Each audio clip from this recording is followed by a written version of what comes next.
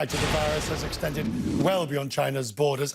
The World Health Organization's warning about cases in France and the UK involving people who've never even travelled to China. And in the US, nearly 400 people have been tested. Now, Goldman Sachs says it expects the outbreak to slash US growth by nearly 0.5% this quarter. Mo Ji is the Senior Vice President and Chief Economist for Greater China at AllianceBernstein.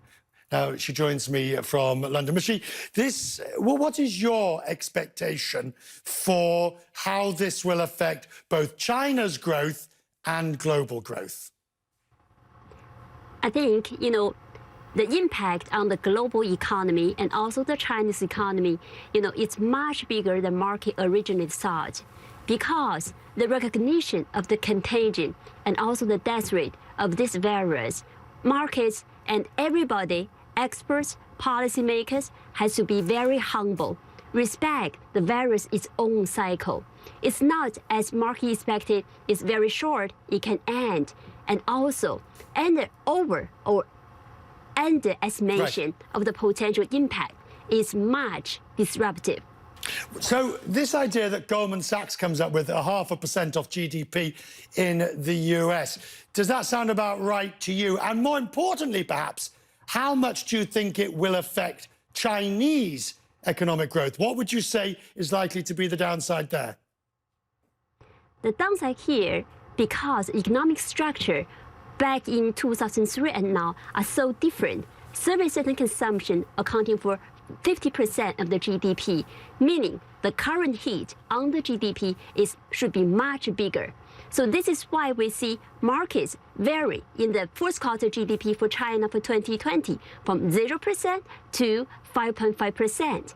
And our estimation, it should be at least 1%, a deduction of the current GDP. Right.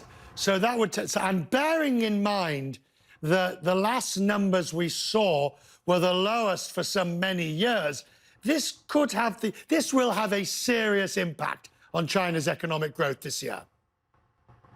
Absolutely. We, as AllianceBernstein, we have been calling for percent downward pressure, percent policy easing for 2019. But for 2020, we have been calling for more downward pressure, more policy easing expected. Along with this coronavirus, Chinese government has to ease much more. So let's talk about that. So ease rates, the policy rates, which are already low, and then also what? I mean, what other stimulus measures? They've already cut some of the tariffs. Would you like to see them cut more tariffs? What else should they do? Actually, they have a lot of things to do.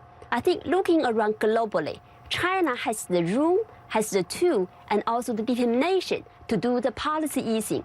That is why I say Chinese stimulus is the biggest beta for global assets. Now here, in terms of monetary policy, they can do a lot. Right. Triple R cuts, loan prime ratio cuts, they can lower the interest rates. And also, for the fiscal side, they can do much more special local government bond issuance to help stabilize the economy by investing in infrastructure projects. So, the billion-dollar question, bearing in mind where this happened, right in the heart of the manufacturing center of China, do you think the government will react sooner rather than later on the economic front? They have to react much sooner. This is as just today, President Xi has been calling for a much faster resumption of the manufacturing, because now we see global supply chain has been hit much bigger than expected. And also, President Xi and the Chinese leaders, they do not want the manufacturing moving overseas. So this is why you will see a much faster resumption of activities, especially in the manufacturing sector. Mo Ji, good to have you. Needed that interpretation on the economic front. Thank you so much, ma'am, for joining us tonight.